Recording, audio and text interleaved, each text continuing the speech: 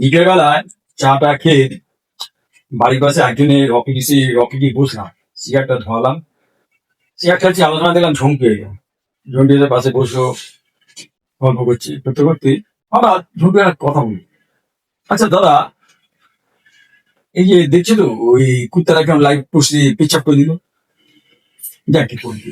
না না, কথা হচ্ছে যে ওরা ঠ্যাং তুলে পেচাপ করে কেন? কেন তুই কি ঠ্যাং তুলে পেচাপ করবি? না, আমরা তো দাঁড়িয়ে দাঁড়িয়ে পেচাপ করি, কিন্তু ওরা ঠ্যাং তুলে পেচাপ করে কেন? শো, ওটা জন্মগত ভাবেই ওদের অভ্যেস, কারণ ওদের বাঁ দিকের পোর্শনের ওপরটা প্যারালিসিস, সেই কারণে ওরা ওই রকম ঠ্যাং তুলে পেচাপ করে। আচ্ছা, আর কথা দাদা, হ্যাঁ বল। বলছি যে এই যে ধরো মানুষ মারা যায়, তা চোখে তুলসী পাতা দেয় কেন? শোন, তুলসী পাতা দেয় যাতে দ্বিতীয়বার আর চোখ খুলে না তাকাতে পারে। কি বুঝলি? হ্যাঁ বুঝলাম। আচ্ছা ইয়ে দাদা, এবার একটা লাস্ট প্রশ্ন করছি দাদা, সিগারটা ধরাতে দিয়ে একটা সিগারটা ধরা, বল। আচ্ছা, চাঁদে যাওয়ার টিকিট আমাদের দেয় না কেন বলতো? এই যে চাঁদে কত সুন্দর জমি আছে, জল আছে, পাহাড় আছে, কত কি আছে, আমাদের এই চাঁদে যাওয়ার টিকিট দেয় না কেন?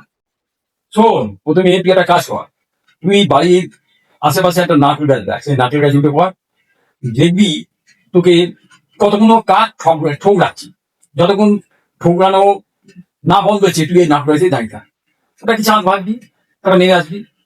ও, জমির কথা বলছিস তুই না? জমি, আচ্ছা শোন, আমার গঙ্গাবক্ষীর যে চড়া আছে, ওখানে সুন্দর জমি আছে, সেই জমিতে গিয়ে তুই ওখানে ঘর করে বাস কর।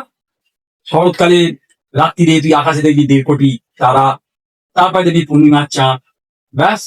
তারপরে যদি পারি তাহলে ইজি চেয়ারে বসে আন্ডারপ্যান্টে পাশ দিয়ে দুখানা কচি ডাব বার করে আনন্দে আরাম উপভোগ করবি। কি আর কিছু জানতে চাইবি? না, না, আর কিছু জানা নেই একটা। আচ্ছা তাহলে আমি বাড়ি যাই, বুঝলি, সন্ধ্যা হয়ে গেল। এবার দেখি টিভিতে বিবি আনন্দে কি খবর দেখায়, বুঝলি। রাখলাম, তোর সঙ্গে কথা বল।